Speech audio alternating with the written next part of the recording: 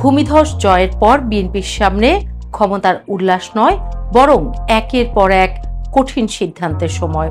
12 ফেব্রুয়ারি নির্বাচনে 2/3 আসনে জয় শুনতে যতটা গর্বের, বাস্তবে তার চেয়ে অনেক বেশি ভারী এক বোঝা। এই বোঝার নাম ক্ষমতা, আর সেই ক্ষমতার কেন্দ্রবিন্দুতে এখন তারেক রহমানের নেতৃত্বাধীন বাংলাদেশ জাতীয়তাবাদী দল। জয় বিএনপিকে দিয়েছে সংবিধান সংশোধন থেকে শুরু করে রাষ্ট্রের সর্বোচ্চ নীতি নির্ধারণের একক ক্ষমতা। কিন্তু ইতিহাস বলে এমন ক্ষমতাই অনেক সময় গণতন্ত্রের সবচেয়ে বড় শত্রু হয়ে ওঠে। বাংলাদেশের মানুষ একদিকে স্বস্তির নিঃশ্বাস ফেলছে। টানা অস্থিরতা, সংঘাত, দমন পীড়নের পর তারা স্থিতিশীলতা চায় আইন শৃঙ্খলা, অর্থনৈতিক শ্বাস নেওয়ার সুযোগ, ভবিষ্যৎ নিয়ে নিশ্চয়তা। আবার ঠিক সেই জায়গাতেই জন্ম নিচ্ছে ভয়, কারণ সংসদে যখন বিরোধিতা দুর্বল হয় তখন ক্ষমতার লাগামও ঢিলে হয়ে যায়। এই ভয়টা মোটেও অমূলক নয়। শেখ হাসিনার দীর্ঘ শাসনকাল তার সবচেয়ে বড় উদাহরণ। একসময় বিপুল জনপ্রিয়তা আর সংখ্যাগরিষ্ঠতা কিভাবে ধীরে ধীরে কর্তৃত্ববাদে রূপ নেয়, বাংলাদেশ সেটা নিজের চোখে দেখেছে। এখন প্রশ্নটা তাই খুব সরল কিন্তু ভয়ঙ্কর। বিএনপি কি সেই পথেই হাঁটবে, নাকি ইতিহাস থেকে শিক্ষা নেবে? নির্বাচনের পর প্রথম সংবাদ সম্মেলনে তারেক রহমান ঐক্য, স্থিতিশীলতা আর আইনের শাসনের কথা বলেছেন। শব্দগুলো পরিমিত, ভদ্র, আশ্বাসপূর্ণ, কিন্তু রাজনীতিতে শব্দের চেয়ে বাস্তবতার দাম অনেক বেশি। এখন বিএনপির সামনে চাপ আসছে চারদিক থেকে। প্রথম চাপ নিজের দল থেকে। দীর্ঘ 15.5 বছর ক্ষমতার বাইরে থাকা একটি দল হঠাৎ করে রাষ্ট্রের সব দরজা খুলে পেলে সেখানে প্রত্যাশার বিস্ফোরণ ঘটে। কে মন্ত্রী হবে, কে বাদ পড়বে, কে ক্ষমতার কাছাকাছি থাকবে, এই ভেতরের দ্বন্দ্বই অনেক সরকারকে দুর্বল করে দেয় শুরুতেই। দ্বিতীয় চাপ ক্ষমতার নেশা। 2/3 সংখ্যাগরিষ্ঠতার মানেই বিরোধী কণ্ঠ তুলনামূলক দুর্বল। সংসদে আইন পাশ করাতে বাধা কম।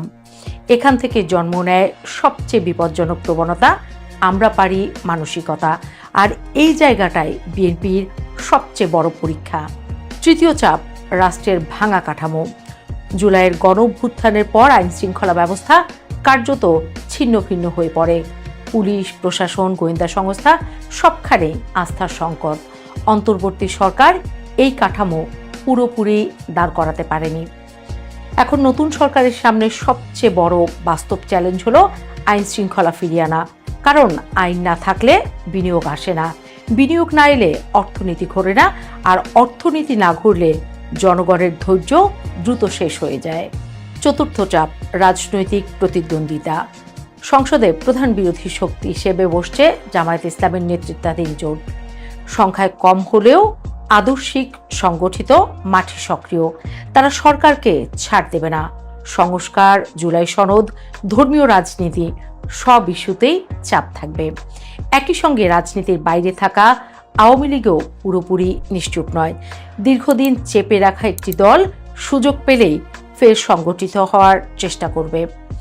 বিএনপি তাদের কতটা জায়গা দেবে সেটাও ভবিষ্যতের বড় প্রশ্ন। এরপর আসে সবচেয়ে স্পর্শকাতর অধ্যায়, ভূ রাজনীতি। এই নির্বাচন শুধু ঢাকার ঘটনা ছিল না, নজর ছিল দিল্লি, ইসলামাবাদ, বেইজিং, ওয়াশিংটনের।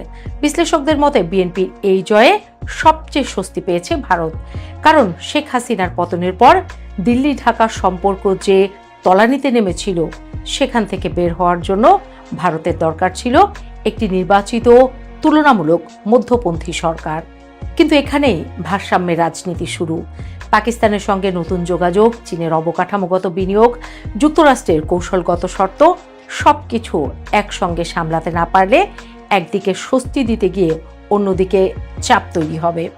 সব মিলিয়ে বিএনপির সামনে আজ সবচেয়ে বড় প্রশ্নটা আদর্শের নয়, আচরণের। এই বিশাল জয় তাদের দায়িত্বশীল করবে নাকি অসন্তুষ্ট? কারণ ইতিহাস বলে গণতন্ত্র হারায় ভোটে নয়, গণতন্ত্র হারায় বিজয়ের পর।